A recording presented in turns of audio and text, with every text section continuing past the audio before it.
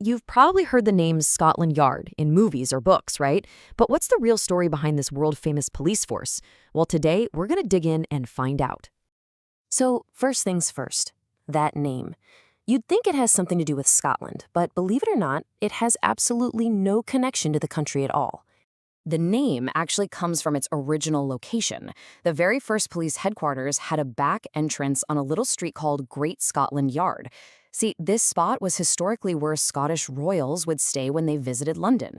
So the local people just started calling the police force Scotland Yard, and the name just kind of stuck. But to really get why this force was needed in the first place, we've got to rewind the clock a bit. Okay, picture London in the early 1800s. It was a pretty chaotic place. The city was growing incredibly fast, and with all that growth came a huge crime problem. For a lot of people, the streets just felt dangerous. Before 1829, law and order was handled by local watchmen, who, let's be honest, weren't very effective.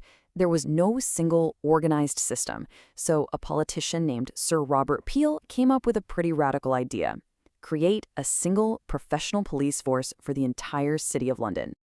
Now, Peel was smart. He knew this new force would only work if it earned the public's trust. And a huge part of that plan came down to how these new officers would look and act. And pretty quickly, these new officers got a nickname from the public. People started calling them Bobbies, after Robert or Bob Peel. It's a name that's still used with a lot of affection in Britain today. And their uniform was actually genius. Every detail was thought out. The coat was bright blue, not red, to make it super clear that these were police, not soldiers. They carried a small wooden club called a truncheon, but only for self-defense. And get this, even their top hats were reinforced for protection, and they could even use them as a step stool to look over a wall.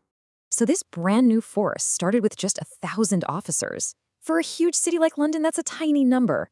Their main job wasn't reacting to crime, but preventing it, just by being a constant, visible presence as they walked their assigned routes, which were called beats. But what about when a serious crime had already happened? The Bobbies were great at prevention, but for solving mysteries, Scotland Yard needed a totally new kind of specialist. So, in 1842, the detective branch was created. These officers didn't wear uniforms. They wore plain clothes so they could blend in. Their whole job was to investigate crimes after they'd happened, using new techniques like gathering clues, interviewing witnesses, and just using logic to piece together the puzzle. Right around this time, the world was entering an age of amazing new inventions, and policing was about to get a massive upgrade.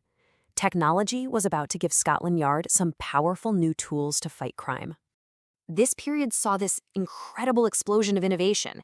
I mean, sure, moving to a bigger headquarters was important, but the real game changers were the new technologies that completely transformed how you could identify a criminal and how fast you could respond to a crime.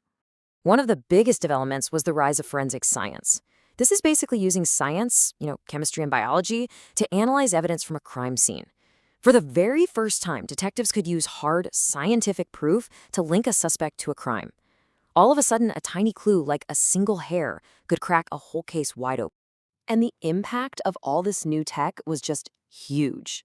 When they introduced patrol cars, which people nicknamed flying squads because they were so fast, and two-way radios, it was revolutionary. Police could now get to a crime scene in minutes, not hours, which totally changed the game. So, after all that history, what does Scotland Yard look like today? Well, the mission is still the same, but the challenges it faces are completely new. The tools have evolved in ways you can't even imagine, from wooden clubs to supercomputers. But that core mission that Sir Robert Peel laid out all those years ago, to keep order and protect the public, that hasn't changed one bit. Today's officers use some incredibly advanced tools. They analyze huge amounts of data, monitor massive networks of cameras, and fight modern threats like cybercrime that Peel could never have even dreamed of. If this history shows us anything, it's that Scotland Yard has always adapted. And as our world keeps changing, its story is far from over. Which leaves us with one really big question to think about. What's going to be the next great challenge that policing has to face?